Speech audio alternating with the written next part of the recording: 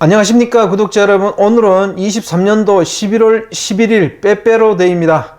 오늘 개인택시 번호판 시세 좀 알아보고 가겠습니다. 먼저 대표님 본인 소개 좀 해주세요. 예, 안녕하세요. 인천 개인택시 조합 지정업체 칼산상사 이원복입니다.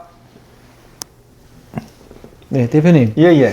전국 8대 도시 개인택시 번호판 시세 좀 알려주세요. 예. 전국 8대 도시 개인택시 시세가 큰 변동사항 없이 지금 쭉 지속되고 있는데요. 서울 같은 경우만 소폭 상승해서 9,900에서 지금 1억 선에서 왔다 갔다 하고 있거든요. 그리고 부산은 9천만 원, 인천은 1억 200만 원인데 시중에 매물이 없어가지고 이것도 소폭 상승 예정이에요. 그리고 대구가 5천만 원까지 올라갔는데 실질적으로 거래되는 금액은 4,900에서 5천 사이에 거래되고 있고요.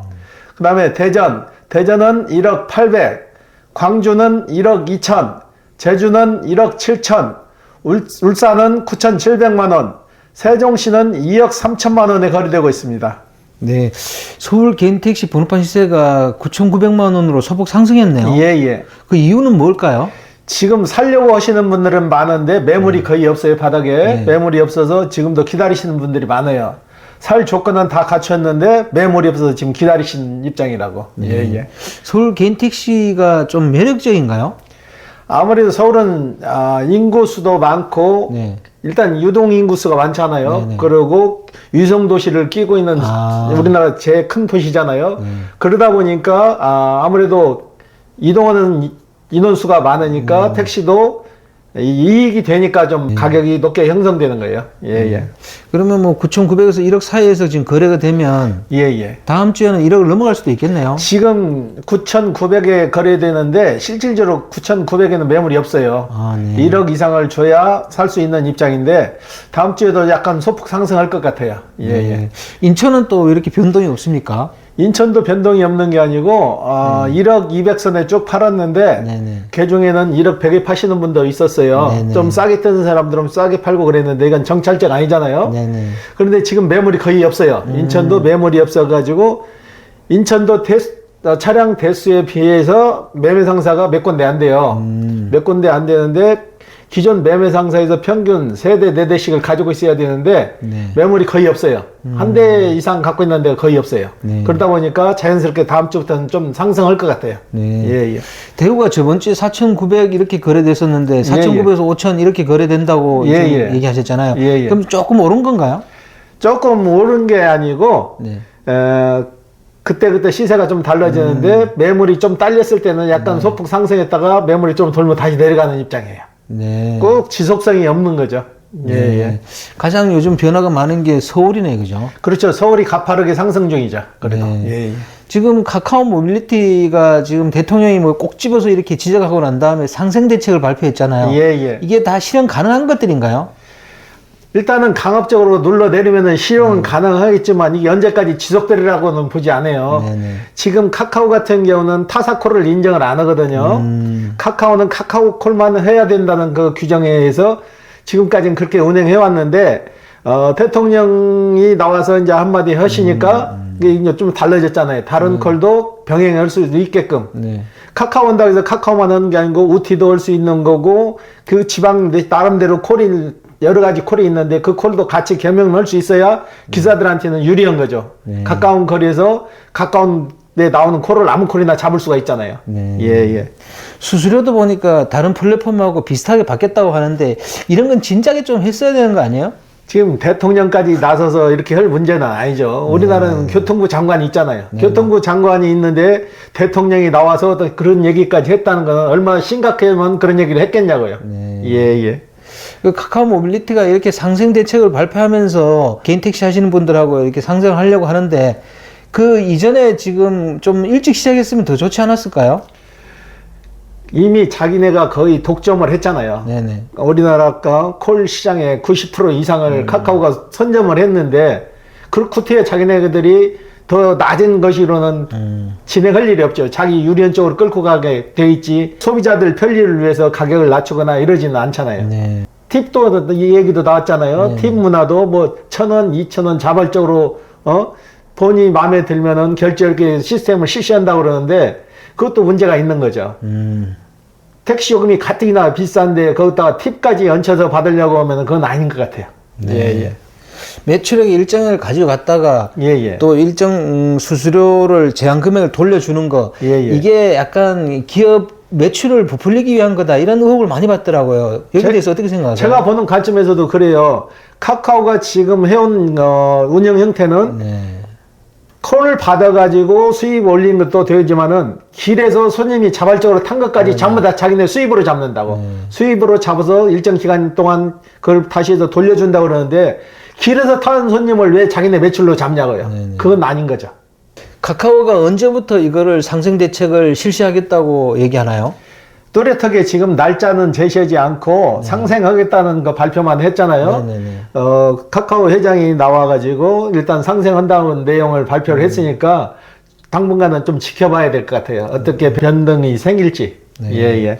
카카오가 택시 시장에 들어와서 좀 긍정적인 면도 있습니다만은 95%라는 독점적 지위를 갖게 되니까 여러 가지 문제가 생기는 것 같습니다. 다른 플랫폼들이 너무 힘을 못 쓰는 거 아니에요? 그동안은 카카오가 시장을 거의 90% 이상을 독점을 하다시피 했는데 지금 가장 경쟁업체로 돌아선 게 우티예요.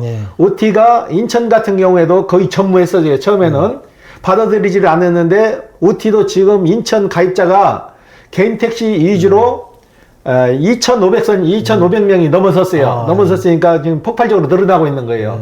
아마 우티하고 카카오하고 이제 적극적으로 경쟁이 될 것 같아요. 서로가 경쟁이 돼야만이 소비자나 기사분들한테나 좀 이익이 더 돌아가고 편리성이 생길 거예요. 예. 이번 주 거래량은 저번 주 대비해서 어떻습니까? 예, 택시도 저번 주에 비해서 거래량이 좀 빠졌어요. 택시 대수도 좀 없고 사시는 분들도 좀 주춤해서 일주에 두 대, 세 대 정도로 내려왔어요. 예. 이번 주 거래건 중에 뭐 우리가 교훈이 될 만한 사례 같은 게 좀 있나요? 택시를 하시는 분인데 이분은 사고가 좀 많았어요. 사고가 많아서 저한테 사간 지가 1년이 채 안 됐는데 사고가 6번, 7번 나가지고 이분이 계속 보험 처리를 한 거야. 보험 처리를 해갖고 보험료가 이제 1,000만 원이 넘어서 버린 거예요. 그러니까 감당이 안 돼서 팔았는데 이분이 팔기 전에 또 앞차를 들이받아가지고 사고가 났어요. 사고가 났는데 이분이 그걸 잘못 계산해가지고 차를 먼저 폐차를 시켜버렸어요. 차를 먼저 폐차시키게 되면은 면허권 양도양수가 안 돼요. 인천 같은 경우에는 다시 차를 사서 그 차에 붙여야 된다고, 그 면허권에. 근데 이분은 그 과정을 생략하고 대폐차를 끊어서 차를 먼저 빼버렸다고. 그리고 면허권만 지금 남아가지고 저희가 면허권은 매입을 했는데 저희가 거기에 유사한 차를 또 구입을 해야 돼요.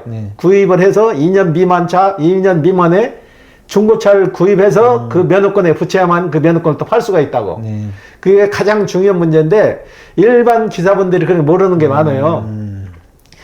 개인 택시나 화물차나 사고가 나거나 폐차를 시킬 때 대폐차 공문을 틀림없이 끊어야 돼요. 대폐차 공문을 끊지 않고 일방적으로 폐차를 시켜버리면 이 면허권도 죽어버려요. 그걸 잘 몰라서 폐차장 같은 데서도 간혹 그런 실수를 해요.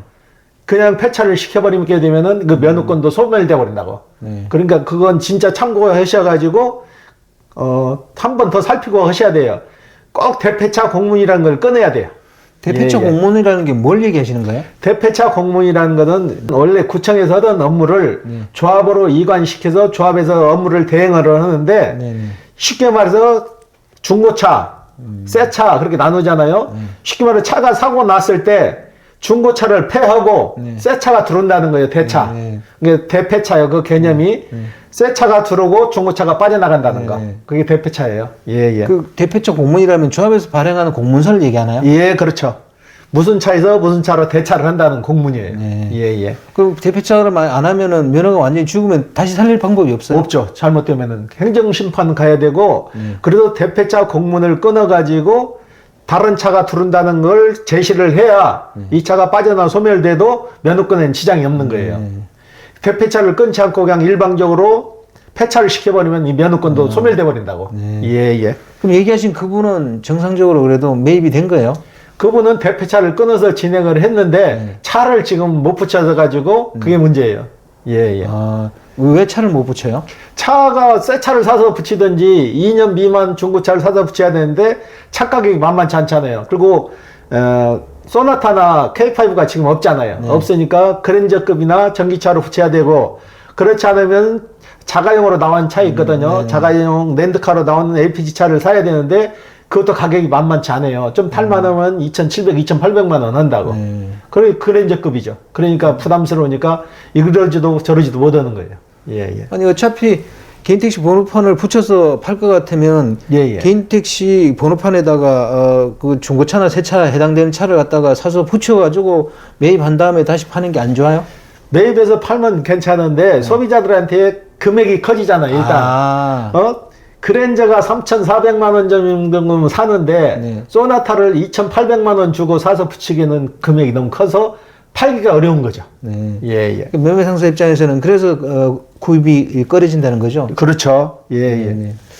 대표님 그러면 예, 다음 주 개인택시 번호판 시세 한번 알려주세요. 다음 주 개인택시 시세는 서울 중심으로 해서 서울은 그 1억에서 조금 더 오를 것 같고요. 네. 인천도 지금 1억 200인데 소폭 상승할 것 같아요. 네. 다른 8대 도시는 그 상태로 계속 지속될 것 같고요. 예, 네. 예. 그러면 장기적으로 개인택시 전망은 올해 연말까지 한번 어떨지 한번 얘기 좀 해주십시오. 개인택시 장기 전망을 하게 되면은 개인택시 가격은 절대 내리지 않을 것 같아요. 수요가 지금 계속 꾸준히 늘어나고 개인택시 사시려고 하시는 분들이 교육을 지금 많이 받고 있는데 교육을 못 받아서 개인택시를 못 사고 그러는 거지, 교육생만 원활히 배출되면 개인택시 수요는 폭발적으로 계속 늘어날 것 같아요. 그렇기 때문에 개인택시 가격은 지속적으로 안정적으로 상승세를 탈 것 같아요. 예, 예.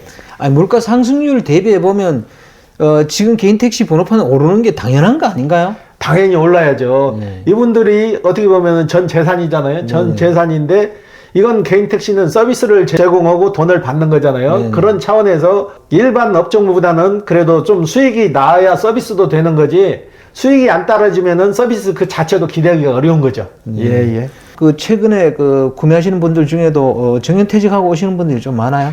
거의 정년퇴직하고 오시거나 중간에 회사를 저기 퇴직해서 오시는 분들이 줄이에요. 네. 지금 비율로 따진다면은 7대3이나 6대4 정도. 네. 명퇴하고 오신 분들이 6에서 7위를 차지하는 거고, 젊은 층들이 30-40%. 그 비율로 지금 가고 있어요. 예, 예. 그렇군요. 서울도 보니까 젊은 분들이 좀 하시는 분들이 있다고 얘기하더라고요. 예, 예. 젊은 분들이 꾸준히 유입되고 있어요. 네, 예, 인천도 예. 그래요? 예, 예. 그럼 저는 젊은 분들이 하시는 걸 잘 못 봐서 그런데 주로 젊은 분들이 아마 30-40대가 많은가요? 며칠 전에 그 법인 택시를 하시다가 개인 택시로 갈아타신 분이 있거든요. 네네네. 이분은 90년생이에요. 90년생이면 좀 이르죠. 개인 택시 하기는. 30대 중반이네요. 예, 예. 회사 택시를 이분은 개인 택시를 할 목적으로 해서 회사 들어가서 경험을 쌓아가지고 오셨는데, 이분은 그렇더라고. 회사 입금 찍어주는 금액이면 회사 통입금을 하게 되면은, 지금은 기사분들이 없어가지고 그 통입금제예요. 거의 한 사람이 나와서 하루 종일 그 차를 운행하는 거예요. 그리고 18만 원 정도를 입금시키는 것 같더라고. 네네. 그럴 바에는 개인 택시를 사서 내가 해도 빚을 좀 내고 해도 그 회사 택시 하는 것보다는 낫다는 계산이 서서 오셨더라고. 네네. 예, 예. 요즘 젊은 층들은 머리가 잘 돌아가잖아요. 네. 그런 수지타산을 맞춰가지고 회사 택시보다는 개인 택시가 나을 것 같아 해서 과감히 진행해서 지금 인가 거의 떨어질 때 다 됐어요. 예, 예. 그래도 대단한 결정을 하셨네, 그죠? 예, 그렇죠. 예, 예. 예, 오늘 인터뷰 감사드립니다. 예. 네, 구독자 여러분, 오늘 23년도 11월 11일 빼빼로데이입니다. 전국적으로 개인택시 번호판 시세는 뭐 별로 변동은 없이 그냥 보합세입니다. 보합세인데 서울만 조금 상승세를 타는 것 같고 다른 데는 큰 변동은 없는 것 같습니다. 사실 요즘 물가가 너무 가파르게 오르다 보니까 번호판 시세도 오르는 건 좀 당연한데 물가 상승을 대비해 보면 제가 생각할 때는 이거는 오르는 건 아닌 것 같다, 이런 생각이 듭니다. 자, 개인택시 하시려는 분들은 그것도 감안하셔서 차근차근 준비하시면 좋은 일이 있으리라고 생각합니다. 자, 호화제는 다음 시간에 또 다른 주제로 구독자 여러분 찾아뵙겠습니다. 안녕히 계십시오. 호호아제였습니다.